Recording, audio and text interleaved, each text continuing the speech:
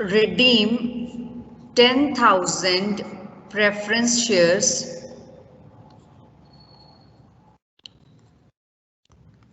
Preference shares के आगे generally एक परसेंटेज लगा रहता है जिससे हमें ये पता लगता है कि प्रेफरेंस शेयर्स को किस परसेंट से डिविडेंड मिल रहा है। Redeem 10,000 preference shares out of fresh issue, ये आपका क्वेश्चन है मान लीजिए। अब आप क्या करेंगे, सबसे पहले फ्रेश इशू करेंगे, ठीक है। आपको कितना पैसा चाहिए, ये @10 था तो आपको 1 लाख रुपए चाहिए रिडीम करने के लिए, तो उसने कहा उसके लिए फ्रेश इशू कर लीजिए। तो हम फ्रेश इशू की एंट्री करते हैं, bank account debit to share application and allotment account, इकट्ठी की जाती है ये, share application and allotment account debit to share capital, this will be done with 1 lakh. मैंने 1 लाख रुपए के शेयर इशू कर दिए, मेरे पास 1 लाख रुपए का अरेंजमेंट हो गया। अब मुझे इन प्रेफरेंस शेयर्स को वापस करनी है, ये पैसे इनको रिडीम करना है, तो मैं क्या एंट्री करूंगी, कैपिटल मेरी क्रेडिट होती है, उसको खत्म करना है तो मुझे डेबिट करना पड़ेगा। Redeemable preference share capital account debit, capital हमेशा क्रेडिट होती है, जब हम उसको पैसा वापस कर रहे हैं तो कैपिटल कैंसिल होगी, कैंसिल करने के लिए हमें उसको डेबिट करना पड़ेगा। Redeemable preference share capital account debit to redeemable preference share holders account, ये पैसा किसको देना है, हमने होल्डर्स को देना है, तो हमने होल्डर्स के अकाउंट में क्रेडिट कर दिया, अब उसको पे कर दो। Redeemable preference share holders account debit to bank account 1 lakh. पहले बताओ इतना समझ में आया कि नहीं, पहला स्टेप? Yes ma'am.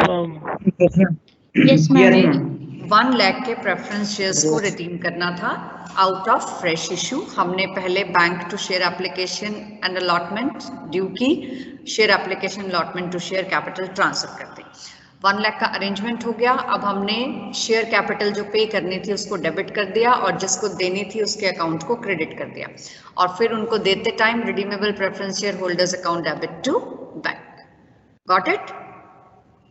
देखिए जब कैपिटल रेज होती है तो एंट्री होती है ना बैंक टू शेयर कैपिटल, मैंने सिखाई थी आपको कि हम चाहे एप्लीकेशन की एंट्री करें, अलॉटमेंट की एंट्री करें, फर्स्ट कॉल की करें, फाइनल कॉल करें, उनका अल्टीमेट इम्पैक्ट ये होता है कि बैंक में पैसा आता है और शेयर कैपिटल रेज हो जाते हैं। अब यहाँ भी देख लीजिए, शेयर होल्डर से शेयर होल्डर कैंसिल हो रहा है और रिवर्स एंट्री हो गई शेयर कैपिटल टू बैंक, यानी कि जब कैपिटल आती है तो अल्टीमेट इम्पैक्ट ये होता है और जब कैपिटल जाती है तो अल्टीमेट इम्पैक्ट ये होता है। यहां तक क्लियर है सबको? Yes ma'am. Okay, let's do further. मैंने आपसे कहा कि 2 सोर्सेस हैं, आउट ऑफ फ्रेश इश्यू और दूसरा सोर्स है आउट ऑफ प्रॉफिट्स। कौन से प्रॉफिट्स, हम कौन से प्रॉफिट्स को यूज कर सकते हैं रिडम्पशन के लिए? तो ये वो प्रॉफिट्स हैं which are available for distribution of dividend, वो प्रॉफिट्स जिनको हम डिविडेंड के रूप में डिस्ट्रीब्यूट कर सकते हैं। कंपनीज एक्ट 2013 के अकॉर्डिंग, या अगर उससे पहले वाला जब था 1956 तब भी ये रूल था कि कोई भी कंपनी अपने कैपिटल प्रॉफिट्स में से डिविडेंड नहीं दे सकती, इट इज इलीगल। तो कैपिटल प्रॉफिट्स को हम कभी भी यूज नहीं करते, किस काम के लिए? डिविडेंड को देने के लिए। ओके, सो मैंने आपको कल बताया कि अगर मान लीजिए हम इशू करते हैं प्रीमियम पर, तो bank account debit to share application and allotment, share application and allotment account debit to share capital to security premium. और मैंने आपसे कहा था कि आप ये प्रीमियम के अमाउंट को यूज नहीं कर सकते। मान लीजिए सिमिलर केस है, हमने 80,000 के शेयर्स इशू किए हैं 2000 डिस्काउंट पर। तो एंट्री क्या होती है, bank account debit to share application and allotment account, क्योंकि हमने सीधी एंट्री करनी है। सपोज 85,000 है और 80,000 हमें रिसीव हुआ है, तो share application and allotment account debit, share discount account debit to share capital हो जाएगा। और ये जो टू सिक्योरिटी प्रीमियम हमने लिखा हुआ है इसको कैंसिल कर देते हैं। सपोज 85,000 के थे जिसमें से 5,000 का डिस्काउंट था और 80,000। Yes, bank account debit to share application and allotment 80,000, share application and allotment 80, to discount 5, to share capital 85,000। अब यहाँ पर हमारे पास पैसा कितना आया, 80,000। अगर मान लीजिए आपने 2 लाख के शेयर्स रिडीम करने हैं, 80,000 आपके पास इशू ऑफ शेयर से आ रहा है, तो आप 1,20,000 का क्या बनाओगे, CRR बनाओगे। ठीक है, एक तो ये बात बतानी थी। दूसरा, मान लीजिए वो आपसे कहता है कि हमने इन्वेस्टमेंट सेल की 50,000 की 45,000 में। ठीक है, आप इसको सेल करिए। बैंक अकाउंट डेबिट, आपने 50,000 वाली इन्वेस्टमेंट सेल कितने में की है, 45 में। टू इन्वेस्टमेंट 50,000, इन्वेस्टमेंट एसेट है, जब उसको बेचेंगे वो क्रेडिट हो जाएगी, बैंक में पैसा आ जाएगा 45,000। जो लॉस है वो किस में चला जाएगा, statement of profit and loss में। Statement of P&L account debit 5,000। अब आप देखिए इस एंट्री का क्या इम्पैक्ट है। अगर आपके पास कोई क्वेश्चन आपने करना है रिडम्पशन का, तो इस एंट्री का क्या इम्पैक्ट है। इस एंट्री का इम्पैक्ट ये है कि आपके पास जो ये 45,000 रुपए आए हैं, इनको तो आप यूज नहीं कर सकते रिडम्पशन पे, क्योंकि रिडम्पशन के तो 2 ही सोर्सेज थे, एक आउट ऑफ फ्रेश इश्यू और दूसरा प्रॉफिट्स। ये तो पैसा इन्वेस्टमेंट बेचने से आया है, इसको हम नहीं ले सकते। लेकिन ये जो 5,000 रुपए का हमें लॉस हुआ है, इससे हमारे प्रॉफिट्स रिड्यूस हो जाएंगे। तो let us take an imaginary question कि आपको ये वाली फिगर दी हुई थी इन्वेस्टमेंट बेचने वाली, और आपसे ये कहा गया था कि 2 लाख के आपने जो प्रेफरेंस शेयर्स हैं वो रिडीम करने हैं, और आपके पास 1 लाख के प्रॉफिट्स हैं। बाकी जितना चाहिए आप उस अमाउंट के शेयर्स इश्यू कर लीजिए। क्वेश्चन समझ में आया आपको। इन्वेस्टमेंट को बेचा है, पहला पार्ट आपको बताया गया है। ये बताया गया है कि 1 लाख के प्रॉफिट पड़े हैं, ये कहा गया कि जितना चाहिए उसके शेयर्स इशू कर लीजिए और 2 लाख के प्रेफरेंस शेयर्स को रिडीम कर लीजिए। तो अब आप क्या करेंगे, पहले इन्वेस्टमेंट को बेचेंगे। इन्वेस्टमेंट को बेचने से आपके पास आ जाएगा लॉस 5,000 का। जो 1 लाख के प्रॉफिट थे, इनमें से 5,000 का लॉस चला गया, प्रॉफिट कितना बचा, 95,000 का।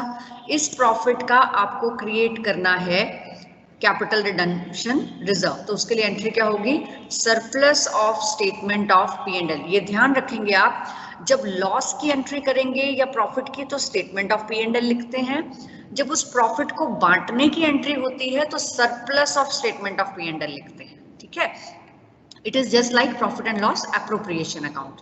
So surplus of statement of P&L account debit to capital redemption reserve account मैंने डाला 95,000। जो मेरा 1 लाख डलना था, अब वो कितना डला, 95,000। तो 2 लाख के मुझे प्रेफरेंस शेयर्स रिडीम करने थे, मेरे पास कितना आया, 95, बचे कितने, 1,05,000। तो 1,05,000 के मैं शेयर इशू कर दूंगी। Bank account debit to share application and allotment 1,05,000, share application and allotment to share capital 1,05,000। Arrangement हो गया। अब रिडम्पशन की एंट्रीज कल सिखाई थी मैंने आपको, redeemable preference share capital to holders and holders to bank. समझ में आया कि नहीं? Yes, ma'am. Okay, so let us take another example. अगर कॉल्स इन एरियर्स हों, तो मैंने आपसे कहा था पहला रूल कि फुली पेड अप होने चाहिए। शेयर्स क्या होने चाहिए, फुली पेड अप होने चाहिए अगर आप उनको रिडीम करना चाहते हो तो कॉल्स इन एरियर्स अगर है तो आप उनको रिडीम नहीं कर सकते। इसका मतलब अब जब आप उनका अरेंजमेंट करेंगे आप उनको पे नहीं करेंगे। Whenever there is call in arrear we will not pay to them. तो इसका मतलब ये हुआ कि हमने कहाँ तक क्वेश्चन करना है। Let us take an example कि हमारे पास I am taking a question from the book. I am giving in the balance sheet 20,000 equity shares of rupees 10 each. These are fully paid up, and I am having 5,000 10% preference shares of rupees 10 each. ये मेरे पास हैं 50,000 के less calls in arrears, और calls in arrears है मेरे पास eight the rate of ₹2 और ये दिया हुआ है 1000। अब अगर आपको ये बता दिया जाए कि 1000 रुपये नहीं आए और 2 रुपये के हिसाब से नहीं आए तो आप शेयर्स निकाल सकते हो या नहीं निकाल सकते कि कितने शेयर्स पर नहीं आए। 1000 डिवाइडेड बाय 2, इसका मतलब 500 शेयर्स ऐसे हैं जिन्होंने 2 रुपये की कॉल नहीं दी। ये कॉल्स इन एरियर्स है। तो हमारे पास कितना आया हुआ है 49,000। ठीक है। अब इसके बाद नेक्स्ट आपको दिया हुआ है सिक्योरिटी प्रीमियम। सिक्योरिटी प्रीमियम में वो कह रहा है आपके पास 800 रुपये पड़े हैं, 600 है शायद, and then surplus of statement में आपके पास 75,000 पड़े हैं। ठीक है। क्रेडिटर्स दिए हुए हैं 25,400, उनका यहाँ पर कोई मेरे पास। On the above date preference shares were redeemed at a premium of 5%। वो कह रहा है प्रेफरेंस शेयर्स को रिडीम करना है आपको 5% प्रीमियम पे। अब आपको अभी मैंने जो बताया था उसमें मैंने आपको बताई थी रिडम्पशन एट पार। अब मैं आपको बता रही हूँ रिडम्पशन एट प्रीमियम इस पॉइंट में कि 100 रुपये का अगर शेयर था उसको मुझे 105 रुपये वापस करने हैं। 10 रुपये का शेयर था तो 5% प्रीमियम मुझे इसके ऊपर देना है। तो प्रीमियम के ऊपर जब मुझे रिडीम करने हैं तो कैसे रिडीम करते हैं। आपको मैंने बताया था कि जो सिक्योरिटी प्रीमियम का अमाउंट होता है उसको हम कैपिटल को रिडीम करने के लिए यूज नहीं कर सकते, लेकिन रिडम्पशन के ऊपर जो प्रीमियम चाहिए वो पहले प्रीमियम सिक्योरिटी प्रीमियम में से निकाला जाता है, राइट जाता है। अगर सिक्योरिटी प्रीमियम में पैसा पूरा ना हो तो P&L में से पैसा निकाला जाता है। ठीक है। एक चीज मैं आपसे पूछ रही हूँ, P&L और P&L एप्रोप्रिएशन या इनके जो नए नाम हैं, it is statement of profit and loss and it is surplus of statement of profit and loss. दोनों में क्या डिफरेंस है, please tell me.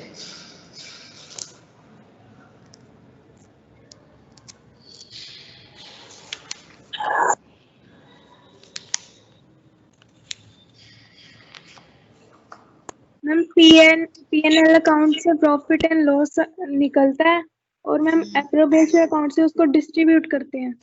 Yes, P&L account आपको ये बताता है कि साल में कितना प्रॉफिट या लॉस हुआ और उस प्रॉफिट को हमने कहाँ कहाँ बांटा, वो आपका एप्रोप्रिएशन है। यानी कि अगर आप प्रॉफिट एंड लॉस अकाउंट बना रहे हैं तो जो खर्चे यहाँ आप लिखते हैं टैक्स तक काटने के बाद जो आता है वो आपका नेट प्रॉफिट है।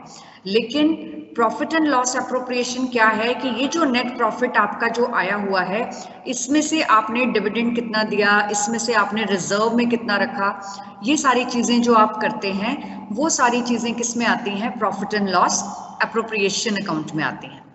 ठीक है। अब इसके अंदर सिमिलरली जो ये प्रीमियम ऑन रिडम्पशन हमने देना है ये खर्चा है यहाँ का P&L का, और जो डिविडेंड वगैरह दिया जाता है वो खर्चा होता है P&L एप्रोप्रिएशन का या कोई रिजर्व में ट्रांसफर। तो जो भी चीजें आप रिजर्व में ट्रांसफर करेंगे उसके लिए तो आप वर्ड यूज करेंगे surplus of statement of P&L, और जो भी चीजें प्रीमियम या खर्चे पे करने के लिए करेंगे उसके लिए आप यूज करेंगे स्टेटमेंट ऑफ P&L। ये बात क्लियर होनी चाहिए आपको, ठीक है। अब इस क्वेश्चन के लिए उसने कहा कि आपको प्रेफरेंस शेयर्स को 5% प्रीमियम पर रिडीम करना है, और इसके लिए उसने ये बताया कि आप 3000 इक्विटी शेयर्स जो कि 10 रुपए का एक है, उसको 5% प्रीमियम पर इशू भी कर सकते हो। तो सबसे पहले तो मैं इशू की एंट्री ही करूंगी, ठीक है। तो इशू की एंट्री करने के लिए let me make some space here.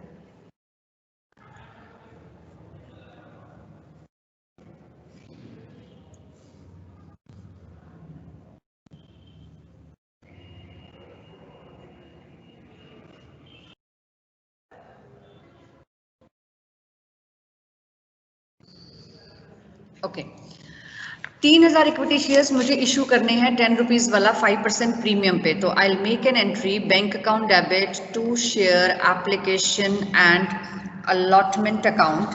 3000 shares हैं, 10 रुपीज का एक है, 30,000 के हो गए, प्लस 5% प्रीमियम 1500 का प्रीमियम हो गया।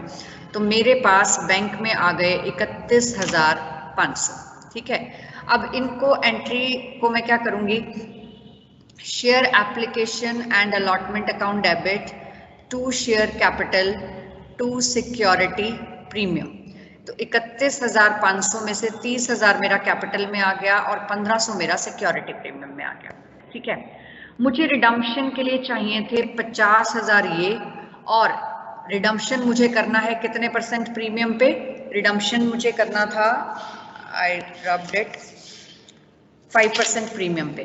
तो 5% प्रीमियम चाहिए मुझे। तो 50,000 का 5% कितना हो गया, 2500। मेरे पास सिक्योरिटी प्रीमियम में कितना पड़ा है, 600। मेरे पास इस सिक्योरिटी प्रीमियम में से कितना आ गया, 1500। तो सिक्योरिटी प्रीमियम में 600 पहले से पड़ा था, 1500 फ्रेश इश्यू से आ गया, हो गया 2100, चाहिए कितना, 2500। तो पहले मैं अरेंजमेंट करूंगी प्रीमियम का, फिर मैं अरेंजमेंट करूंगी कैपिटल का, और उसके बाद मैं रिडीम करूंगी, ठीक है। तो let us rub this all.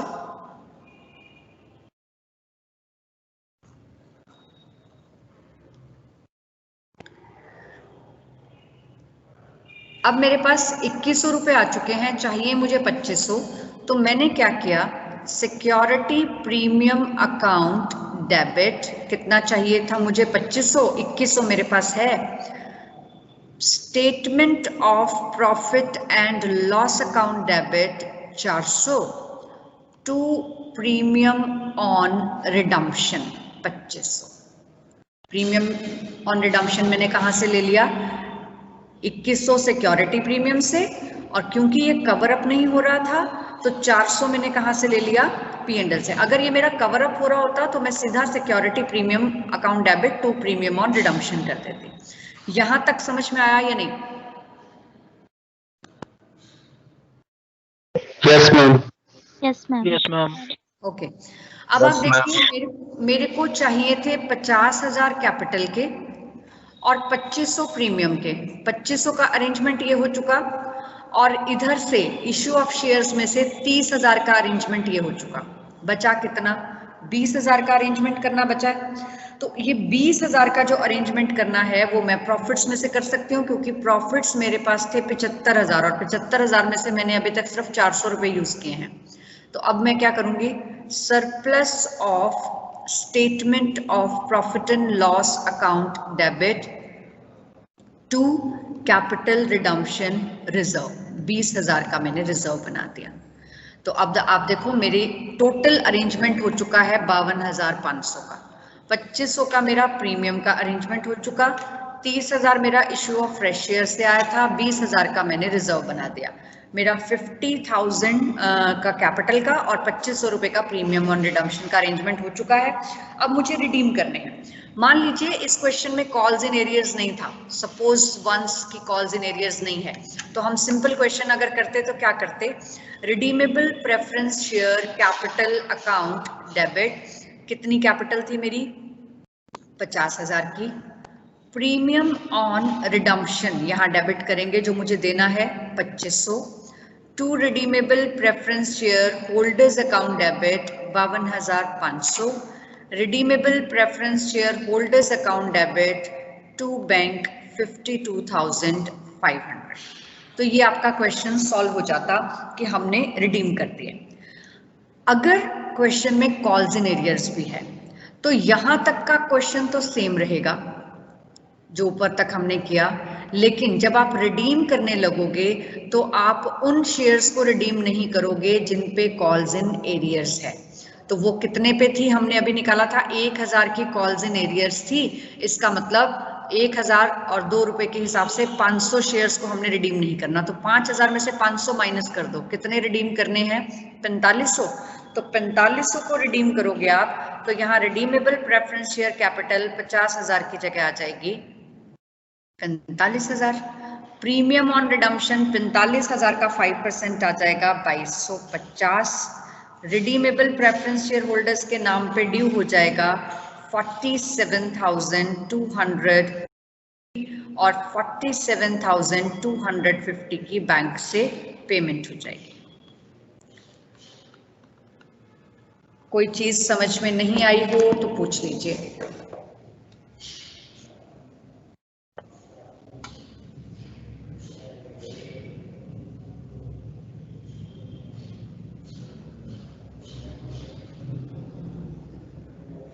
Yes, any response? Excuse me ma'am. हाँ जी मैम ये लास्ट की 2 एंट्री दोबारा बताना एक बार। अगर क्वेश्चन में कॉल्स इन एरियर्स है, 1000 रुपए का कॉल इन एरियर दिया हुआ था जिसपे उसने कहा कि 2 रुपए के हिसाब से नहीं आया, तो 2 रुपए के हिसाब से 1000 रुपए अगर नहीं आए तो कितने शेयर्स पे नहीं आए? 500 शेयर्स पे। तो हमने सारा काम अरेंजमेंट तो सबका करना है, अरेंजमेंट तो हमने 50,000 और 2500 का करना है, लेकिन पेमेंट उनको करनी है। और फुली पेड अप कितने हैं? 5000 माइनस 500 4500 फुली पेड अप है। तो 4500 को आप पे करेंगे। Redeemable preference share capital account debit 45,000, premium on redemption 2250, redeemable preference share holders account debit to bank. Got it? Yes ma'am. तो मैम जो 500 शेयर बचे उनको कुछ नहीं करना। Sorry I can't hear you. Ma'am जो 500 शेयर बचे उनको कुछ नहीं करना। नहीं, हम रिडीम कर रहे हैं ना, वो हमारी बैलेंस शीट में पड़े रहेंगे। जब तक आप उनको रिडीम नहीं करते वो आपके दिखेंगे कि 500 शेयर्स हैं और उनके ऊपर कॉल्स इन एरियर्स नहीं आई। तो आप इनको कैसे दिखाओगे? आप दिखाओगे, let me show you, 500 shares at the rate of 10 each, यानी कि प्रेफरेंस शेयर्स आपके 50,000 थे, 4500 आपने रिडीम कर दिए। तो प्रेफरेंस शेयर्स में आप दिखाओगे 500 shares at the rate of ₹10 5000 less calls in arrears, इनके ऊपर 2 रुपए के हिसाब से नहीं आया, 4000 रुपए आया हुआ है, ये दिखाएंगे आप शेयर कैपिटल में। Okay ma'am. ठीक है, मतलब कहने का ये था कि 50,000 के आपने रिडीम करने थे, उनके ऊपर आपने 5% का प्रीमियम देना था। तो टोटल आपको अरेंजमेंट तो सारा का सारा करना है, बेशक वो फुली पेड अप है या नहीं है। लेकिन जब आप पेमेंट की बारी आएगी तो पेमेंट आप उसी को करोगे जो फुली पेड अप होंगे, पहली बात। दूसरी बात मैंने क्या बताई आपको कि जो प्रीमियम ऑन रिडम्पशन है वो हम पहले सिक्योरिटी प्रीमियम से निकालेंगे। अगर सिक्योरिटी प्रीमियम में अमाउंट कम है तो statement of profit and loss account से निकालेंगे। अगर सिक्योरिटी प्रीमियम क्वेश्चन में दिया ही नहीं हुआ तो सारा का सारा स्टेटमेंट ऑफ P&L से निकलेगा। जो CRR बनता है वो सरप्लस में से बनता है, तो surplus of statement of P&L से बनेगा। तो this way you will see that first you have to make the arrangements and then you have to make the payments. I hope it is clear to you. Yes, ma'am. Yes, ma'am. Yes, Clear ma'am. है सबको? Yes, ma'am.